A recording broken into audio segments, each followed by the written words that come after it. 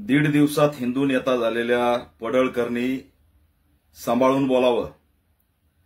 Christian समाजाला एकटं समजण्याची गरज नाही आणि संविधानाच्या बाबासाहेबाच्या राज्यात राज्यघटना जिवंत आहे।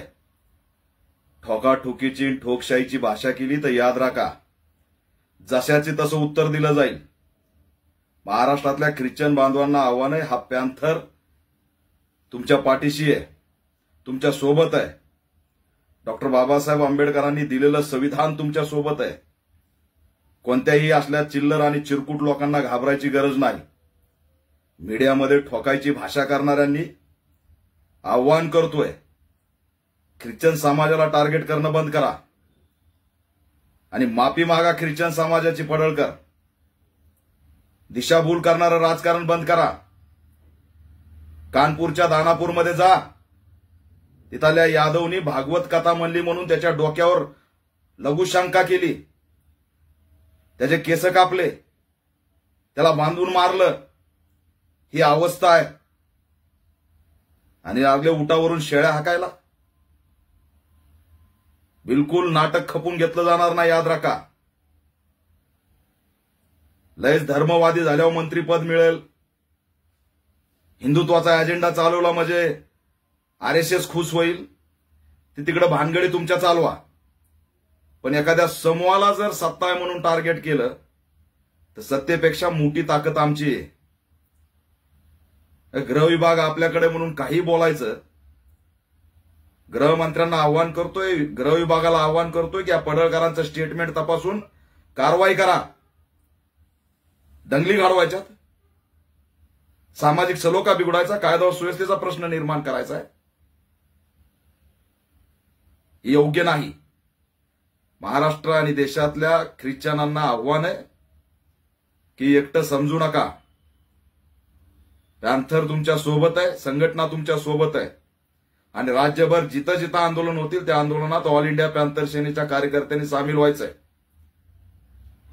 मेंढपाळांची अवस्था काय? आज मी भेटी देतोय मेंढपाळांना। पडळकर गेले का तुम्ही गंगापूरच्या मांजरीला मेंढपाळाला भेटायला? कोणत्या हिंदुत्वाच्या गप्पा मारताय? जनावरासारखे मेंढपाळ मारले, आया बहिणींच्या इज्जती लुटल्या। मीडिया मिळते म्हणून त्याच्यावर कोणी बोलणार नाही। मेंढपाळांचे काय हाल सुरू आहेत? ते हिंदू नाहीत, त्यांना धर्म नाही, माणूस म्हणून त्यांना जगता येतंय का तुमच्या व्यवस्थेमध्ये? दिशाभूल करणारं राजकारण बंद करा आणि दीड दिवसात लय धर्माचा मोठा नेता झालो म्हणून ठोकून काढीन ही भाषा बंद करा। ठोकायची भाषा बाबासाहेबांच्या राज्यात चालणार नाही। एकाही ख्रिश्चन समाजाच्या धर्मगुरूला जर कुठं टच झालं तर गाठ आमच्याशी, लक्षात ठेवा। आम्ही त्याला असणारं पॅन्थर आहेत। बिलकुल या ठिकाणी दादागिरी आणि तानाशाही कुणाची खपून घेणार नाही। दादागिरीची भाषा सत्ता आहे म्हणून चालणार नाही। माफी मागा ख्रिश्चन समाजाची। धर्मांतराचा कायदा करा, हे करा, ते करा। मेंढपाळांच्या सुरक्षेचा कायदा नाही आठवत तुम्हाला? त्यांना शस्त्र परवाना मिळावा म्हणून तर आपला लढा नाही। काय अवस्था आहे? आज एका यादवनी भागवत कथा म्हटली म्हणून त्याचं काय केलं? त्याचा निषेध तरी तुम्ही करू शकता का? योगीचं राज्य आहे ना, कुठेही निषेध करणार आहे तुम्ही? शेवटी मंत्रीपदासाठी ही भाषा योग्य नाही। अर्ध्या रात्रीत विचारधारा बदलायची, धर्मांतराचा कायदा करा, अमुक करा, ढमुक करा। राज्य सुखी चाललंय, त्याला सुखात नांदू द्या। आणि किती जण येऊन गेले तरी दंगली आणि विंगली होऊ शकत नाही, तेवढं लक्षात ठेवा। लोकांच्या पोटाचा प्रश्न महत्वाचा आहे। स्वतःचं राजकीय धर्मांतर किती वेळेस केलं? दर 6 महिन्याला आपलं राजकीय धर्मांतर होतंय। त्या राजकीय धर्मांतराचा कायदा कोण करणार? पक्षाची पक्ष तुम्ही पळवायला लागलात, ते चालतं? स्वतःचा राजकीय धर्मांतराचा अभ्यास करा आणि मग असणारं दुसरीकडे बोला। बिलकुल या ठिकाणी बहुजनांचे प्रश्न गंभीर आहेत। धनगर समाज, मेंढपाळ समाजाचे प्रश्न गंभीर आहेत। मूलभूत प्रश्नावरती बोला, आम्ही सोबत आहेत.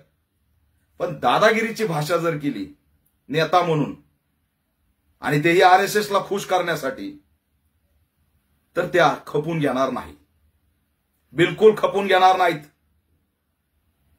कोणत्या ख्रिश्चन समाजाच्या धर्मगुरूच्या केसाला टच करा, गाठ पॅन्थरशी, एवढं लक्षात ठेवा. गृह विभागाने दखल घ्यावी आणि कारवाई करावी. आणि सत्ता असताना कसले मोर्चे काढताय? गृह विभाग तुमचं, पोलिस तुमच्या हातात, सगळ्या यंत्रणा तुमच्या हातात. गरळ ओकायला मोर्चे काढताय, भडकाऊ बोलायला मोर्चे काढताय, वातावरण दूषित करायला मोर्चे काढताय. सत्ताधारी मोर्चे काढतात का? आणि कुणाकडे जाणार तुम्ही मागण्या घेऊन? गृह विभागाकडे. अरे गृह विभागाचा मंत्री तर तुमचा आहे ना, करा कारवाई. काय करायची ती? तुम्हाला वेगळी ठोकशाही करायची गरज काय जर गृहमंत्री तुमचा आहे तर? सत्ता असताना मोर्चे काढता, हे कोणता अज्ञानपण आहे? जन आक्रोश मोर्चा, अमुक मोर्चा. सत्ताधारी तुम्ही, तुमच्याकडे यंत्रणा, आणि मोर्चे कशासाठी? मीडियामध्ये दमदाटी करताय. भयभीत झालेल्या ख्रिश्चन बांधवांना आव्हान आहे, भयभीत व्हायचं नाही. धर्माचा, श्रद्धा बाळगण्याचा अधिकार संविधानाने दिलेला आहे. आणि एकटं समजू नका, हा निळा झेंडा तुमच्या सोबत आहे. जे बेकायदेशीर असेल ते असेल. कायदा आहे, संविधान आहे, विभाग आहेत, यंत्रणा आहे. ठोकायची भाषा धर्मगुरूला, हात लावून बघा, गाठ पॅन्थरशी आहे.